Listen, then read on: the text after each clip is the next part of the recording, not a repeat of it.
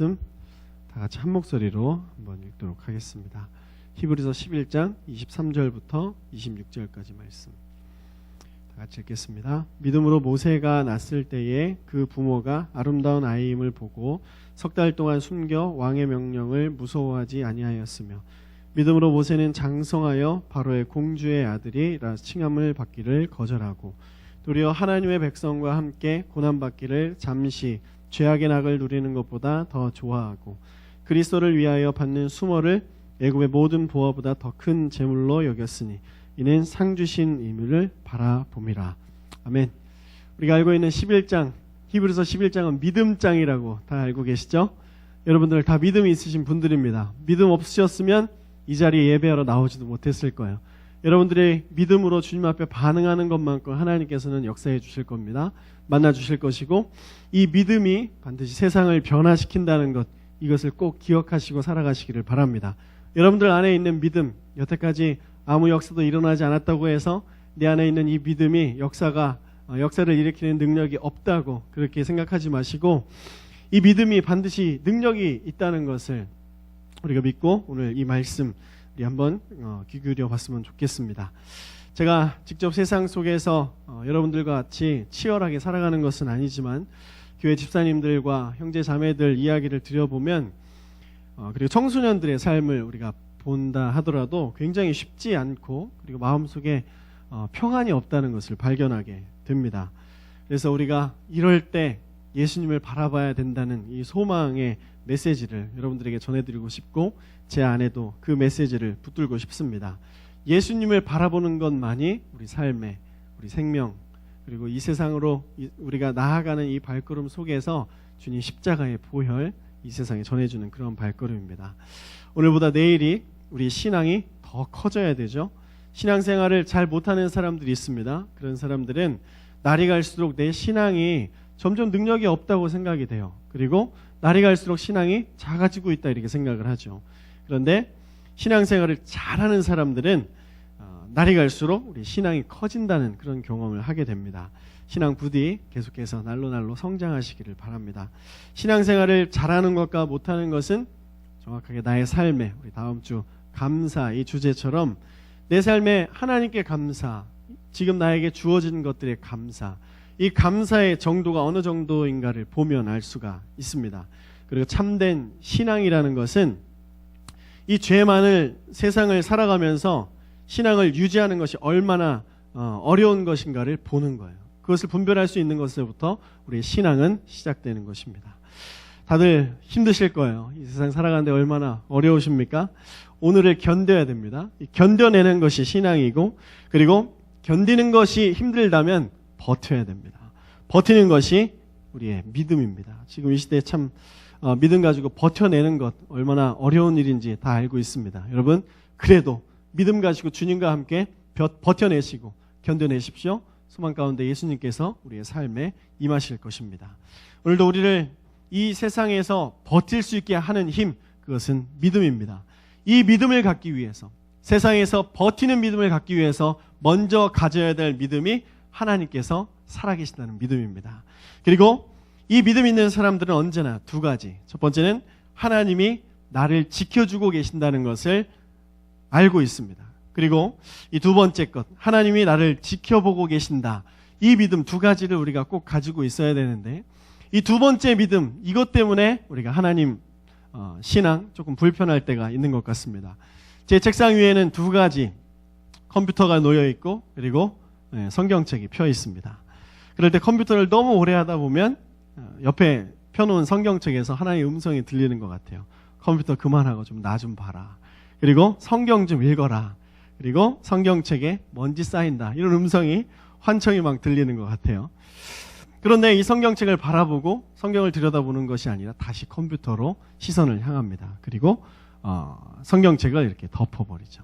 덮어버리고 이 덮어버리는데 컴퓨터를 이렇게 쳐다보다 보면 이게 보여요. 이 사각지대에서. 그래서 이렇게 뒤에다 놓고 서랍에다 놓는 그런 일들을 하게 되죠. 내가 하고 싶은 일을 하기 위해서는 하나님이 너무 부담스럽게 느껴지는 경우가 우리 삶에 있다는 것입니다. 이것도 믿음이라고 할 수 있는데요. 완전한 믿음은 아니지만 우리가 하나님을 살아가면서 의식하는 것.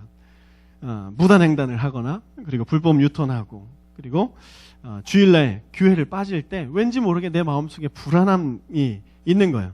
하나님이 보고 계신데 나 이러다가 하나님한테 혼나는 거 아닌가 이런 생각이 들 때가 있다는 말이죠. 이런 생각들 속에는 상당수가 믿음이 있기 때문에 이렇게 고민을 하는 경우가 있다는 것입니다. 예수님을 믿는 사람들은 일단 양심이 회복되어서 양심으로 어느 정도 하나님께서 무엇을 좋아하시고 무엇을 싫어하시는 것을 잘 알 수가 있습니다.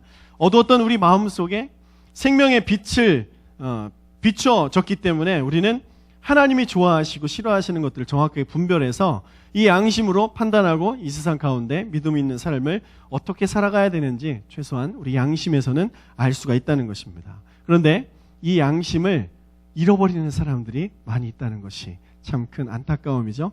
여러분들 마음속에 이 양심, 예수님의 빛을 비춰진 그 양심이 잘 관리되기를 여러분 말씀 앞에, 기도 앞에 여러분들 삶을 내려놓으시기를 바랍니다. 오늘 말씀 본문에서 모세가 나오는데요. 모세는 부모님에게 거룩한 양심을 물려받았어요. 애굽에서 살아가는데 이스라엘 백성들이 노예잖아요. 애굽 사람들 노예인데 이 노예였던 이스라엘 백성들이 할 일이 없었는지 애를 계속 낳는 거예요.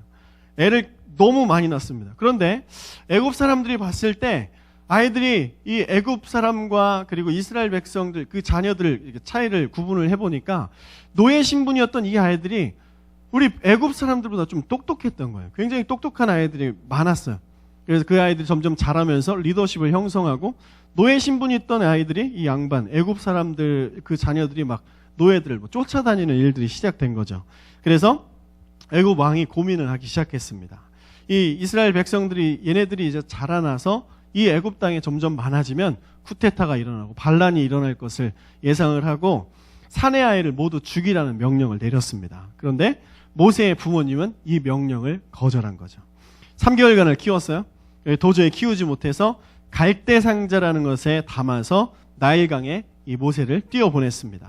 도저히 키울 수가 없었어요. 그때 마침 바로의 딸이 나일강 주변에 나와 있다가 갈대상자를 발견하고 그것을 열었더니 이 안에 있는 모세가 너무 이뻤던 겁니다. 너무 이뻐서 이 바로의 딸 공주가 이 아이를 키우기로 결정을 했습니다. 인생 역전의 스토리가 이 모세의 삶에 있습니다. 엄청난 굴곡이 있었어요. 죽을 고비도 넘기고 그리고 모세는 왕의 자녀로 40년 동안 살게 되죠. 그리고 살아가다가 다른 어떤 사람을 죽여서 이제 광야로 쫓겨나서 또 40년을 양치기로 이렇게 허무하게 살아가는 것처럼 느꼈던 그런 때도 있었습니다. 그러다가 하나님께서 또 80세에 부르셔서 이스라엘 백성들을 출애굽시키는 이 민족의 영웅도 되었습니다. 청년들과 대화를 하면서 인생의 목표가 무엇인지 물어볼 때가 있습니다. 그럴 때 이런 질문을 이런 대답하는 사람들이 많아요. 그냥 좀 편했으면 좋겠다. 내가 하고 싶은 거 하고 그리고 어려움 없이 그냥 잘 살았으면 좋겠다는 말을 들을 때 좀 마음이 굉장히 많이 아픕니다. 자기는 온실 속에서 자라왔고 그리고 계속해서 온실 안에서 살고 싶은 마음이 있다는 거예요. 뭐 그 삶에 대해서 좋다 나쁘다 제가 판단할 수는 없겠지만 그 젊음 가운데 조금 더 열정적인 삶의 태도가 있었으면 좋겠다는 생각을 제가 많이 하게 됩니다. 굳이 어떤 것에 도전하거나 시도해보지 않아도 우리 행동의 측면 이런 부분들을 많이 포기하면서 그냥 주어진 삶에 순응하면서 살아가는 그런 모습을 볼 때 조금 더 열심히 살았으면 좋겠다는 생각이 제 마음속에 들게 되는 거예요. 반면에 또 엄청나게 고민하는 청년들과 대화를 하다 보면 이 청년 부류의 사람들은 이 행동과 도전이 약한 것은 이 온실 속에 있는 친구들과 다른 것은 없습니다. 그런데 너무 생각을 또 많이 해서 아무것도 또 못하는 거예요. 생각을 많이 하는 친구들은 조금 더 생각을 좀 줄이고 우리가 행동하고 우리가 하나님 앞에 액션을 취하는 일들 같이 이렇게 해봤으면 좋겠습니다. 페이스북에 후배 한 명이 이런 글을 올렸습니다. 왜 이렇게 주변에 안 힘든 사람보다 힘든 사람들이 많은가? 그리고 젊은이들 가운데서도 안 힘든 젊은이들가 없다. 좀 힘을 좀 냈으면 좋겠다. 이런 글을 적었는데 우리가 이 세상 여러분들 질문해 보고 싶습니다. 이 세상 살아가는데 어떻게 그리고 어떤 방법으로 그리고 또 어떤 어려움들이 있으십니까? 여러분 그것 가지고 하나님 앞에 좀 기도해 보셨습니까? 하나님은 살아계시죠. 이 살아계신 하나님 앞에 여러분들 어려움을 좀 아뢰보는 그런 시간 가지시기를 부탁드립니다. 여러분 우리 인생은 우리가 하는 게 아니잖아요. 하나님께서 지켜주시고 하나님께서 보호하신다는 거 잘 알고 있잖아요. 우리 오늘 수능 시험을 보는 친구들에게 우리 청년들이 가서 축복을 해줬어요. 이 가운데 있는 청년 중에 한 명이 자기는 국제고등학교를 나왔어요. 미국으로 유학을 가려고 했어요. 정말 다 준비를 다 해놨는데 그 길이 열리지 않았습니다. 하나님이 막으셔서 이 길을 가지 못했습니다. 이렇게 고백을 하는 것을 봤는데 정말 그런 것 같아요. 내가 미국 갈 준비 다 해놔도 하나님이 그 길을 막으시면 그 길을 가지 않는 것이 내가 하나님 앞에 순종하는 거잖아요. 우리들 삶의 어려움의 대부분이 내가 하고 싶은 것들인 경우가 굉장히 많이 있죠.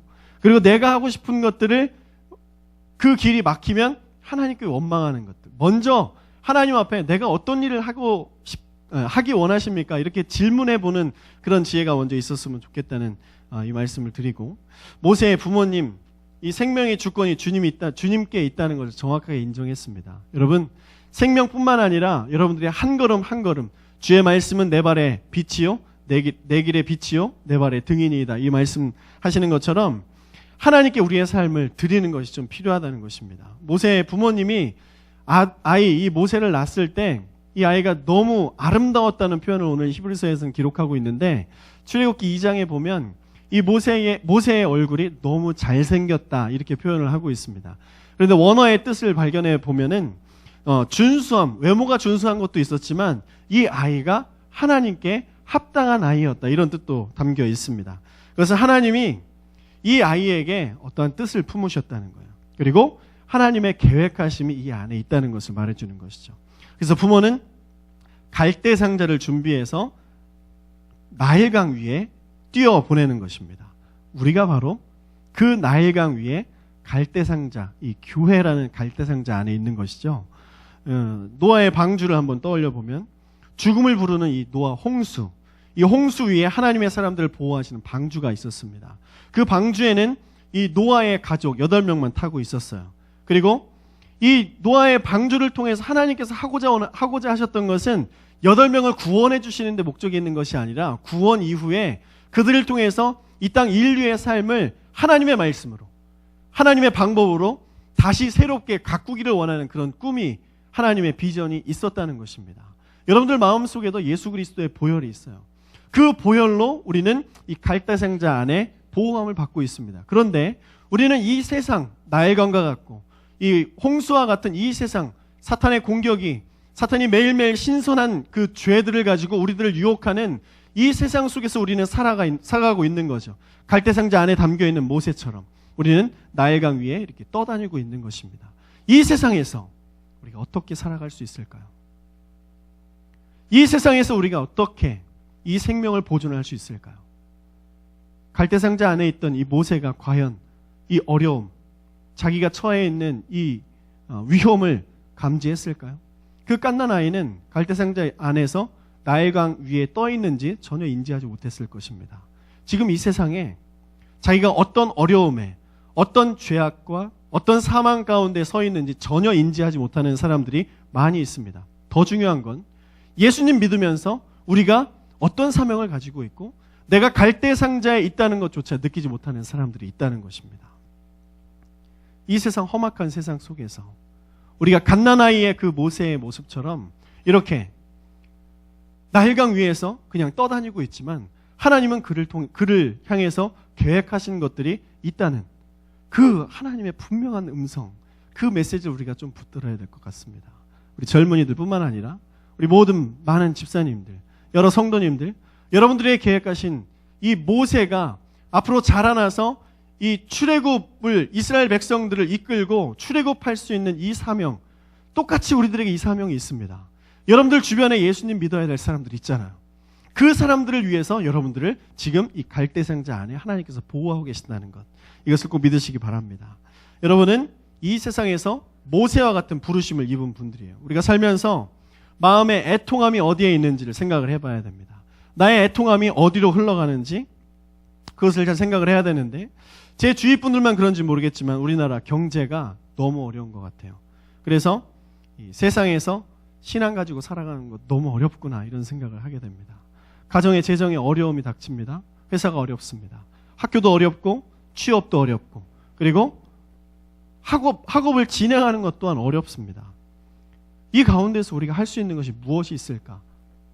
우리는 나의 삶을 위해서, 나의 가정을 위해서, 나의 직업과 나의 삶의 이 터전을 위해서 우리가 묵상을 하는 것보다 하나님께서 지금 나에게 100만 불짜리 질문, 하나님 지금 이 어려움을 나에게 왜 주셨습니까? 여러분, 이 질문과 함께 하나님께 의탁하시는 일들 있었으면 좋겠습니다. 사탄은 매일 신선한 죄를 공급한다는 거 말씀드렸는데, 이 영이 마비된 것을 우리가 알 수 있는 방법이 있는데요. 데이비드 웰스라는 신학자는 미국의 경우에는 이미 19세기에 중반을 지나면서 인간의 삶이 단순히 생존하는 것보다 더 큰 목적이 있다는 생각이 사라졌다고 합니다. 여러분들은 왜 사십니까? 우리는 이 땅을 왜 살아갑니까? 생존을 위해서 열심히 살아가십니까? 그리고 그 생존 이후에 하나님께서 주신 영적인 것들, 이 세상에서 내가 영적인 활동들을 해야 되는데, 영적인 일들을 해야 되는데, 생명을 구원해야 되고, 그리고 사람들에게 복음을 전해줘야 돼. 이 그리스도의 사명을 감당해야 되는데 우리는 생존만을 위해서 평생 살아간다는 거예요. 관심이 없다는 거죠. 영적인 일에 대해서.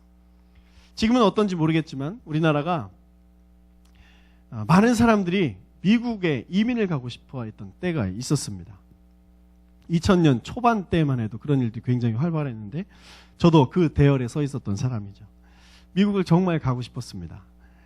그래서 별 방법을 다 생각을 해봤어요. 인천에 살고 있었는데 인천항에 미국으로 가는 배에 몰래 밀항을 해서 이렇게 미국을 가볼까, 여러 가지 방법을 모색하다가 인터넷을 검색하는데 미국의 닭공장, 생선공장 이런 데에서 1년 동안 일을 하면 영주권을 준다는 제도를 발견하게 됐습니다. 그래서 전화를 했죠. 전화를 해서 나도 이 닭공장에 취직을 하고 싶은데 어떻게 해야 되냐 그랬더니 그분이 당신이 지금 예약을 한다면 3천만 원이 필요하고, 그리고 예약을 지금 하면 정확하게 3년 반 후에 갈 수가 있습니다. 이렇게 이야기를 하더라고요. 그래서 그때 알게 됐죠. 와, 정말 우리나라 사람 미국 가고 싶어 하는구나, 이런 생각을 하게 됐어요. 그래서 방향을 전해서 3년 반 후에 내가 그거 하기가 좀 어렵다, 이렇게 해서 방향을 전해냈죠. 미국인과 결혼을 하자. 그래서 인터넷에 그 동창 모임, 초등학교, 제가 초등학교만 남녀공학을 다녔으니까 초등학교 동창 모임에 들어갔는데 뜻하지 않게 저랑 정말 사이가 안 좋았던 자매 한 명이 6학년 때 이민을 간 거예요. 그래서 만나게 됐는데 그 친구는 6학년 때까지밖에 한국에서 기억이 없는데 저를 기억을 하는 거예요. 제가 그 친구를 굉장히 괴롭혔거든요. 그래서 한두용이라는 이름만 기억을 하다가 어떻게 만나게 돼서 이제 미국을 방문을 하게 됐습니다. 그 친구네 집을. 그래서 결혼도 하고 싶었고, 결혼도 이렇게 진전이 막 되고 있었고, 집을 한 달 동안 방문을 체류를 하면서 어떻게 하면 신학교, 제가 가서 미국 가고 싶은 이유는 신학교 공부를 하고 싶었으니까 어떻게 어떤 신학교들이 있는지 그 주변에 이런 것들을 막 알아보기 시작했어요.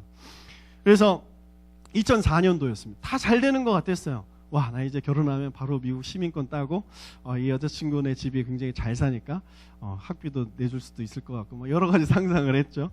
어느 정도 뭐 진전이 되는 이 시점에 집으로 돌아오기 얼마 전에 이 친구의 어머니가 이렇게 이야기를 하는 거예요. 목회자도 비즈니스만 잘하면 괜찮은 직업이다, 이런 말을 하는 거예요.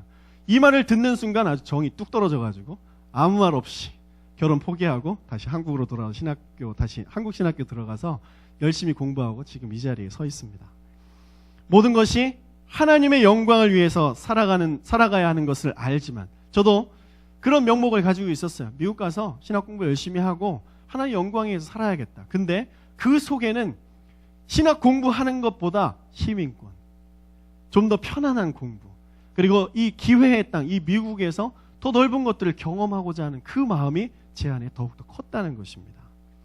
하나님의 영광을 위해 살아간다고 이야기를 하지만 그 이면에는 나의 영광을 취하려고 하는 그 마음들이 우리에게 더 많은 것들을 깨닫게 되었던 것이죠. 여러분들은 무엇 때문에 신앙생활을 하십니까? 하나님의 영광입니까? 아니면 여러분들의 삶의 평안입니까? 하나님께 무엇을 원하고 있습니까? 하나님, 내가 주의 사명을 감당하고 싶습니다. 이런 사명을 위해서 신앙생활을 하십니까? 아니면 하나님, 하늘의 것을, 하나님의 능력을 좀 나한테 주십시오, 이것을 위해서 신앙생활을 하고 계십니까? 모세의 부모님이 지금 믿음으로 이런 결단을 하고 있습니다. 아이는 하나님의 기업으로 주신다는 것을 알고 있었어요. 그런데 내 생명보다 귀한 이 아이가 죽을 지경에 처해 있는 것입니다. 죽음의 앞에 있는 거예요. 자녀를 지켜주는 일을 부모가 해야 되는데 이 부모이지만 이 한계가 있는 거예요. 이 한계 앞에 부딪혀서 하나님께 모든 것을 맡기고 아이를 떠나보내는 그 결단. 그 결단 속에는 하나님이 살아계시고 이 아들을 지켜주시고 이 아들을 지켜보고 계실 것이라는 정확한 믿음이 있었던 것입니다. 이 믿음 없으면 이런 결단하기가 쉽지 않죠. 우리의 신앙은 우리가 지킬 수 있다는 것 자체가 하나님을 향한 불신입니다. 나의 신앙은 내가 이 땅에서 지킬 수 있는 방법이, 능력이 하나도 없다. 이런 고백이 바로 믿는 자들의 고백이라는 것입니다. 하나님 말씀을 그래서 읽어야 되는 것이고, 그래서 하나님께 기도하는 시간을 확보하는 것이 우리의 삶에 너무 중요한 겁니다. 하나님이 실제가 된 사람, 이런 사람들은 제발 좀 나와서 예배 좀 드려달라, 기도 좀 해달라, 성경 말씀 좀 봐달라, 이렇게 애원하지 않아도 자연스럽게 예배하고 자연스럽게 주님 찬양하고 예물 드리고 하나님의 영광을 위해서 살아가도록 노력을 합니다. 하나님의 실제가 되지 않는 사람들, 교회 좀 오라 그래도 안 와요, 안 와요. 이렇게 만류하는, 이렇게 뿌리치는 그런 사람들이 우리 주변에 많이 있잖아요. 왜냐하면 그 사람들은 먹고 사는 것, 이것에 하나님의 기적이 나타나지 않으면 주님 믿지 않겠다는 거예요. 오늘 말씀해 보니까 모세의 부모님은 이 아이를 위해서 이 땅에 처한 악한 법에 명령을 무서워하지 않았습니다. 거기에 순종하지 않았어요. 바로 거절을 했던 것이죠. 우리들의 신앙은 우리가 스스로 나온 것이 아닌 것을 또 아시죠? 우리 신앙은 누군가 신앙의 씨앗을 뿌렸기에 열매로 이 자리에 나와 있는 것을 정확하게 우리는 알고 있습니다. 저는 그 씨앗이 언제 어떻게 뿌려졌는지 조금은 봤습니다. 어렸을 때 어머니를 따라서 기도원을 가면 수많은 사람들이, 수백 수천 명의 사람들이 여름 휴가를 다 써서 기도원에 와서 뜨겁게 기도하는 모습을 봤습니다. 소나무 붙들고 소나무 뿌리 뽑힐 때까지 밤새도록 철야 기도하는 모습들을 봤습니다. 그리고 작고 허름한 건물이지만 주님 말씀 전하는 자가 있고 하나님께 예배하는 처소라면 그것만으로도 만족했습니다. 저는 어렸을 때 겨울만 되면 교회 건물이 너무 추워서 교회 유리창을 이렇게 비닐로 싸는 작업을 항상 해야 됐습니다. 천장에도 스레트 지붕이었는데 스레트 지붕에 비가 새니까 이렇게 항상 비닐을 철을 하고, 그리고 꽉 막힌 곳에 히터가 이런 곳이 없었어요. 아시는 분들도 있겠지만 이 안에 나무 장작을 넣는 그런 이 난로를 한 3개 정도 놓고 예배를 드렸습니다. 연통이 이렇게 빠져나가는데 여기에서 이제 연통이 막히면 연기가 그 안에 막 이렇게 자욱하게 되는 경험들도 해봤습니다. 그런데 거기서 예배 드리는 사람은 추운 거, 그리고 연통에 연기가 막 나는 거, 예배 중에 그런 거 전혀 개의치 않았습니다. 하나님 말씀만 있으면 됐고 하나님께 예배하는 나의 믿음만 있으면 됐어요. 여러분도 어떠세요? 지금 이런 예배당 말고 저 서현역 그 길바닥에 천막 치고 오십시오 하면 예배 드릴 수 있는 사람이 몇 명이나 될까요? 여기 있는 사람은 다 될 거라고 생각을 합니다. 그런데 지금 이 시대에 우리가 하나님을 향하고 하나님을 바라보는데 우리 지금 하나님 앞에서 무엇하고 있는 것인지 생각을 해봐야 되는 것이죠. 성경에는 하나님께서 정해놓으신 정확한 법칙이 있습니다. 그것 중에 하나가 심는 대로 거두는 것이죠. 이 사회에서도 마찬가지입니다. 이것은 변하지 않아요. 육체를 위해서 심는 것을 거두게 되어 있습니다. 어떤 열매이든지 영적인 것도 마찬가지죠. 우리가 심어야 하나님께서 정해놓으신 것들을 거둘 수가 있다는 것입니다. 우리 신앙의 선배들이 눈물로 뿌려놓은 이 씨앗, 우리는 그 열매인데 우리 이 열매 계속해서 심는 일이 없다면 다음 세대는 하나님을 반드시 잃어버릴 것입니다. 고구마 심어보셨습니까? 고구마는 씨를 하나를 심으면 그 다음에 수확을 할 때 하나를 뽑으면 두두두둑 하면서 여러 고구마가 이렇게 딸려 들어오는 것을 우리가 볼 수 있는데, 고구마 씨가 뭔지 아세요? 고구마 자신이에요. 이 고구마 자신을 조금 잘라가지고 넣으면 그 가운데 그 다음에 열매를 이렇게 거둘 수 있다는 것이죠. 기도를 심어서 예배를 심고 말씀을 심어서 맺어진 이 대한민국의 말할 수 없는 교회의 부흥의 30배, 60배, 100배의 열매는 우리가 하나 심고 30개 거둔 것이 아니에요. 30개를 거두기 위한 30개의 열매를 향하여서 30개를 심은 것입니다. 눈물과 희생과 포기. 자신의 죽음조차 아끼지 않았던 우리 신앙의 선배들의 그 눈물의 열매가 바로 여러분들입니다. 여러분들 심고 계십니까? 하나님 말씀. 애통이 여러분들 삶 속에서 어느 곳으로 흘러가고 있습니까? 눈물이 어디로 흐르고 있습니까? 영적인 눈물, 영적인 씨앗. 그것을 맺기 위해서 얼마나 열심히 하나님 앞에 씨름하고 계십니까? 히틀러도 어떤 사람들에게는 존경받는 그리스도인이었습니다. 그는 채식주의자였고 담배도 피우지 않았어요. 그림도 굉장히 좋아했습니다. 1935년도에 미국에 있는 이 침례교회에서 당시 독일의 수상이었던 히틀러가 1936년도에 베를린 올림픽을 하는데 그 올림픽을 잘 열 수 있는지를 남침례교회에서 파송을 했어요. 그래서 히틀러를 만났는데 그 만났던 많은 사람들, 그리스도인들이 히틀러를 보고 이렇게 정의를 했습니다. 그는 지극히 경건한 그리스도인으로서 매우 절제를 잘하는 단아한 사람이다. 이렇게 기록을 했는데요. 그 당시에 독일 교회의 보네프 목사님이라는 분은 똑같은 해에 이런 정의를 내렸습니다. 그는 악마적 권력 의지가 있는 사람이다. 하나님 영광을 위해서 살지 않는 그리스도인은 이런 히틀러의 영성 위에, 히틀러의 신앙 노선에 있다는 것이죠. 예수를 나의 영광을 취하기 위해서 수단으로 삼는 것입니다. 상당수 그리스도인들에게 이런 히틀러식의 영성이 있다는 것이죠. 이 보네프 목사님은 히틀러의 이런 가짜 신앙을 고발하다가 붙잡혀서 고문당하고 하늘나라로 갔습니다.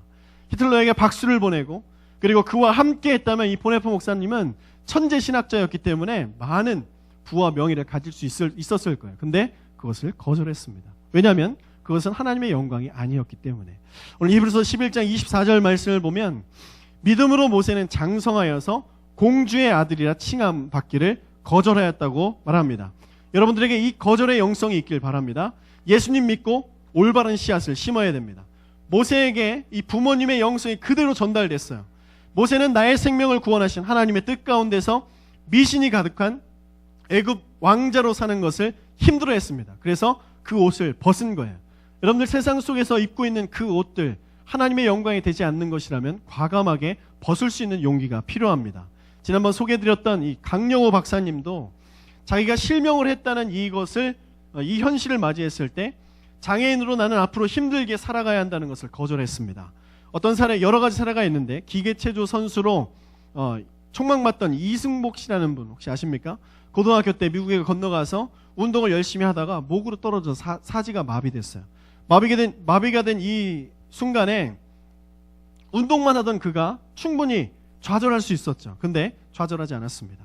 이 현실을 거절했습니다. 그래서 미국 최고의 병원이라고 하는 존스 홉킨스 병원의 재활의학과 수석 닥터가 지금 되어 있습니다. 몇 년 전에 인간극장에 한번 방영한 적이 있는데 카톨릭 신부였던 이 마틴 루터도 그랬습니다. 교회 안에서 일어나는 이 미신적인 것들, 하나님께서 싫어하시는 것들, 그것을 발견하고 그들과 타협하지 않았어요. 거짓된 신부의 삶을 거절하고 죽음을 불사하고 종교 개혁을 일으켰던 것입니다. 여러분들의 삶 속에서 과연 어떤 것들이 미신적인 것이 있는지, 이 마틴 루터처럼 여러분들의 모습 속에서 여러분들이 저를 볼 때 미신적인 것이 있다 그러면 이야기를 하셔야 되는 거예요. 담임 목사님한테 가서 저한테 얘기하면 죄송합니다 이러겠지만 담임 목사님한테 가서 이야기를 하고 많은 사람들한테 이야기하면 저는 잘릴 수도 있는 거예요. 그것을 저는 전혀 어려워하지 않습니다. 여러분들 과감하게 용기 있게 그런 것들을 이야기해 주셔야 됩니다. 그리고 그것을 이야기하신 분은 반드시 저에게 차비 10,000원을 주셔야 됩니다. 네. 불광불급이라는 말이 있죠. 미치지 않고는 미치지 못한다는 말이죠. 하나님의 영광을 위해 살아가는 사람들은 미친 사람이에요. 한 분야의 전문가가 되기 위해서는 2만 시간이 필요하다고 합니다. 투자를 해야 된다고 해요. 30배, 60배, 100배 열매 거두시길 원하십니까? 30개를 심어야 됩니다. 지금보다 60배를 심어야 되고 100배를 심어야 됩니다. 가장 중요한 것은 사랑하는 여러분, 예수 그리스도 그 보혈로 갈대상자 안에 계신 여러분, 눈을 떠야 되고 세상을 위해서, 죽어가는 영혼을 위해서 여러분들 수준에 있는 젊은이들, 여러분들 수준에 있는 사람들에게, 내 옆에 있는 사람들에게 복음을 전해줘야 됩니다. 그렇지 않으면 교회는 이 세상에 존재하지 않을 것입니다. 그렇게 되지 아니하면 이곳에 하나님을 예배하는 자가 아니라 미신을 예배하는 자, 하나님 비슷한 것을 예배하는 자가 들어올 수도 있다는 것입니다. 여러분 마음속에 바른 복음이 있기를 공부하십시오. 연구하셔야 됩니다. 바른 복음이 어떠한 것인지, 바른 진리가 무엇인지 정확하게 공부를 해야 됩니다. 그것이 내 마음속에 적용되지 않고 내 마음속에 되지 않으면 세상 속에 다른 복음에 우리는 휩쓸리고 쓰러질 수가 있다는 것을 기억하십시오. 히브리서 11장 26절 말씀, 그리스도를 위하여 받는 수모를 애굽의 모든 보화보다 더 큰 재물로 여겼으니 이는 상 주시는 이심을 바라봐야 된다. 우리 생존의 문제를 걸고 주님 앞에 기도하지 마시고 하나님의 영광을 위해서 이 땅에 영적인 일들을 우리 가운데 이루시옵소서, 이런 기도가 우리 가운데 필요하다는 것입니다. 하나님께서 주신 상급을 위해서 달려가십시오. 우리가 열심히 돈 벌어서 뭐 하겠습니까? 자녀들에게 물려주겠습니까? 자녀들에게 물려주기 위해서 돈을 열심히 번다면 자녀들은 이렇게 생각할 것입니다. 왜 빨리 죽지 않고 그 재물 아직도 갖고 있는가? 무섭죠? 이런 마음들을 가지고 있다는 거예요. 왜냐하면 그것은 자녀가 나빠서 그런 것이 아니라 그 돈에는 생명이 없기 때문이에요. 생명을 살릴 수 있는 능력이 전혀 없기 때문입니다. 이 믿음이라는 것이 바로 이런 것이죠. 믿음은 매일의 삶에 세상을 거절하는 것입니다. 그 영성이 우리 안에 필요합니다. 매일 아침 이 믿음으로 주님 앞에 기도하십시오. 오늘도 세상은 나에게 죄를 가지고, 신선한 죄를 가지고 유혹하려고 달려올 텐데 그것을 거절할 수 있는 믿음을 주십시오. 안일한 삶을 거절하시고 영적으로 세상과 타협하고 안정적인 그 삶을 거절하시고 자기 합리화, 온실과 같은 삶, 이런 상황에서 벗어나오시기를 바랍니다. 여러분들은 하나님께 사명을 받았는데 그 사명은 먹고 마시는 이 문제를 해결하기 위해서 이 땅에서 열심히, 하나님의 열심이 여러분들에게 주어진 것이 아닙니다. 예수 그리스도는 우리가 이 땅에 잘 먹고 잘 살기 위해서 주어진 것이 아닌 것을 기억하십시오. 여러분들 주신, 여러분들에게 허락된 그 달란트가 하나님의 영광이 되게 간절히 축원합니다. 우리 함께 기도하죠.